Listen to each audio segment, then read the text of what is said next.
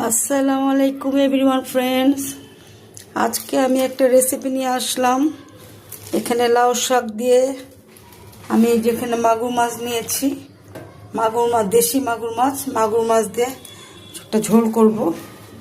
এটা ইনগ্রিডিয়েন্টস: কিছু কাঁচামরিচ চিড়ে নিয়েছি, 6টা পেঁয়াজ নিয়েছি, দেশি পেঁয়াজ, 1 টেবিল চামচ রসুন পেস্ট, 1 টিস্পুন মরিচের গুঁড়ো, 1 টিস্পুন হলুদের গুঁড়ো, 1 টিস্পুন জিরার গুঁড়ো। লবণটা টেস্ট বুঝে দিবে।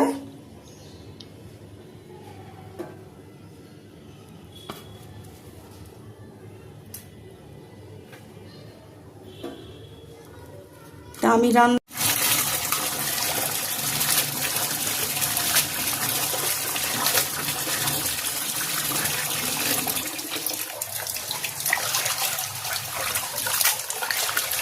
লাউ শাকটা আমি 5 বার খুব করে ধুয়ে নিয়েছি, একটা ক্লিন। দেখো, খুব কচি লাউ শাকটা।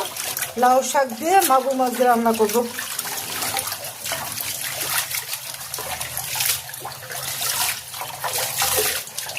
শাক আমি সবসময় 4, 5, 6 ধোয়া দিই। শাকের মধ্যে বালু থাকে, জার্ম থাকে।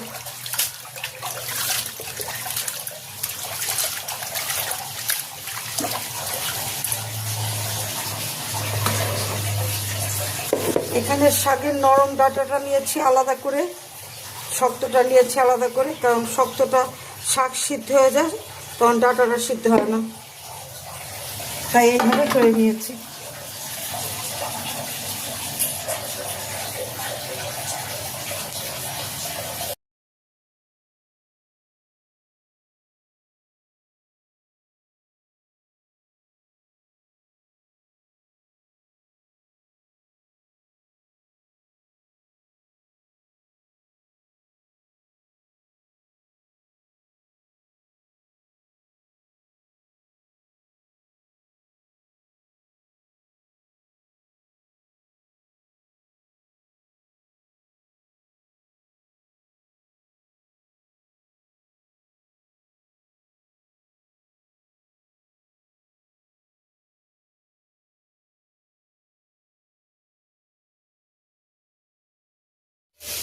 আমার মশলাটা খুব করে সটে হয়ে গেছে। এখন আমি লাউ শাকের ডাঁটাগুলো আগে দিয়ে দিচ্ছি। এটা একটু সটে করে আমার শক্ত থেকে যায়।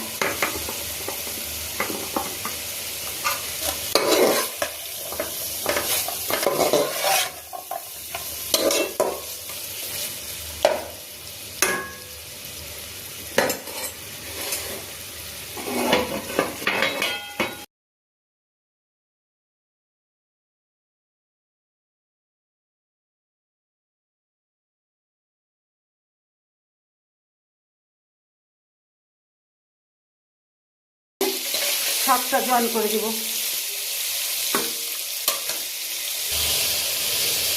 মাছটা সটে করে উঠে ফেললাম, এখন শাকটা দিয়ে দিব।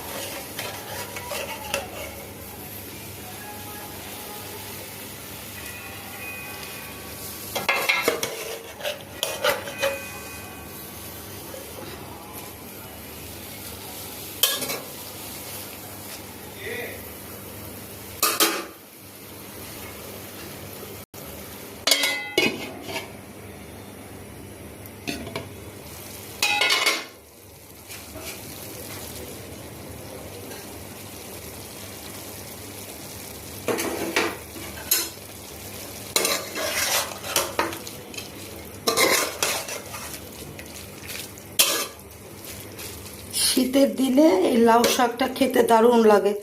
একটু পোলাও পোলাও গন্ধ বের হয়, স্মেলটা আসে।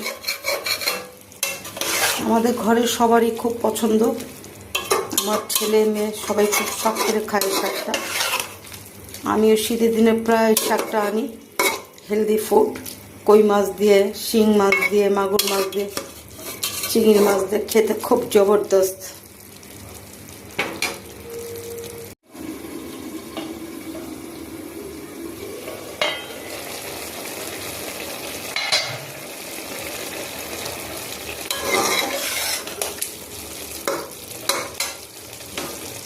মাছটা সটে করে রেখেছিলাম।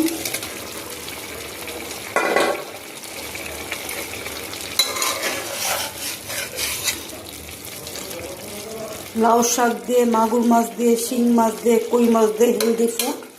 তোমরা এভাবে বানিয়ে খাও। আর 5 মিনিট পর আমার কমপ্লিট। দেখো রান্না করে খাবে, যা যা ইনগ্রিডিয়েন্টস দিয়েছি প্রতিটা জিনিস দিবে, কোনোটা স্কিপ করবে না। একদম এত সুন্দর ইয়ামি একটা স্মেল আসছে। খাও, খেয়ে দেখো, ভালো লাগলে যা করুন তোমরা তাই করবে আশা করি।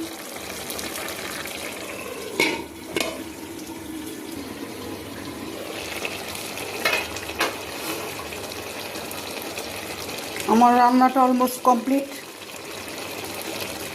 আমি এখন সার্ভ করবো না, এখন আমি এশার নামাজ পড়বো, তারপরে ইনশাল্লাহ রাতে ডিনার করব।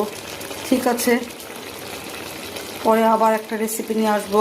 ভালো থেকো, take care, bye, good night.